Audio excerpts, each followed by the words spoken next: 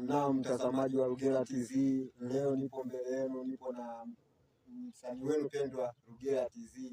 Nimekuja kumuuliza maswali moja mbili ambayo hata nyinyi watazamaji mnajiuliza sana. Habari yako Mr. Rugera? Salama kaka, habari yako? Safi, kwema kwema. Kwema kabisa. Mambo yanaendaje? Salama kaka. Naona mambo yako vizuri. Kawaida kaka. Kawaida wapi? Sasa hivi tunakuona mtu tofauti kabisa huko na sisi ushatuacha mbali. Vipi kaka? Nimekuacha mbali wapi? Naona mambo yako YouTube sio mabaya. Kule. Kule kawaida kaka. Kweli.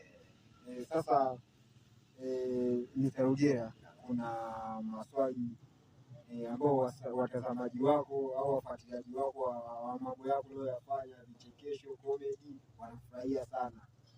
Hebu unaweza kutupa historia yako fupi kwanza ya ulipoanzia, ulianza nini, vitu kama hivyo? Safi sana kwa swali hilo, lakini sitopenda kwenda mbali sana kwa sababu hilo swala la kujua nimeanza lini, nafanya nini, hiyo naomba iwe siri yangu mtangazaji.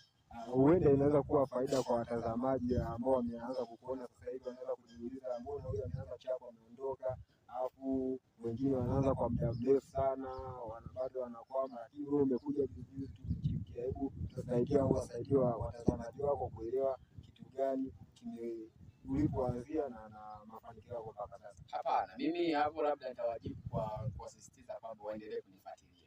Yaani mambo mengine tu watajua tu. Waendelee kunifuatilia kwa sababu ukisema tuanze kuchimbana huko tulikoanzia, hapana. Hizo tunasemaga ni secret issues au personal issues. Okay. Kama alivyosema ni personal issues, lakini kuna mambo mengi ambayo watazamaji wanatamani kujua sana.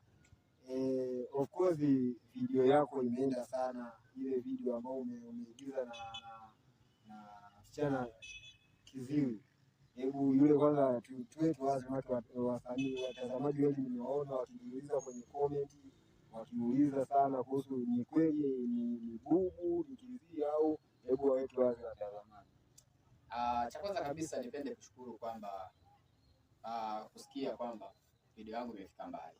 Ni kweli, kwa sababu sijajua kwa watazamaji imewapendeza kiasi gani au wameweza kuifurahia kiasi gani, lakini nashukuru sana. Cha kwanza kabisa ni washukuru kwa wale wote walioweza kutazama video yangu na kuweza kusubscribe. Naona sasa. Kingine umeongelea swala la kwamba yule binti je, alikuwa ni kiziwi ama hakuwa kiziwi. Ndugu mtazamaji, ile naweza nikasema kwa ujumla wake kwamba ile ni kazi ya sanaa. Kazi ya sanaa ni kwamba tunatengeneza kitu ili kuweza kuwakilisha au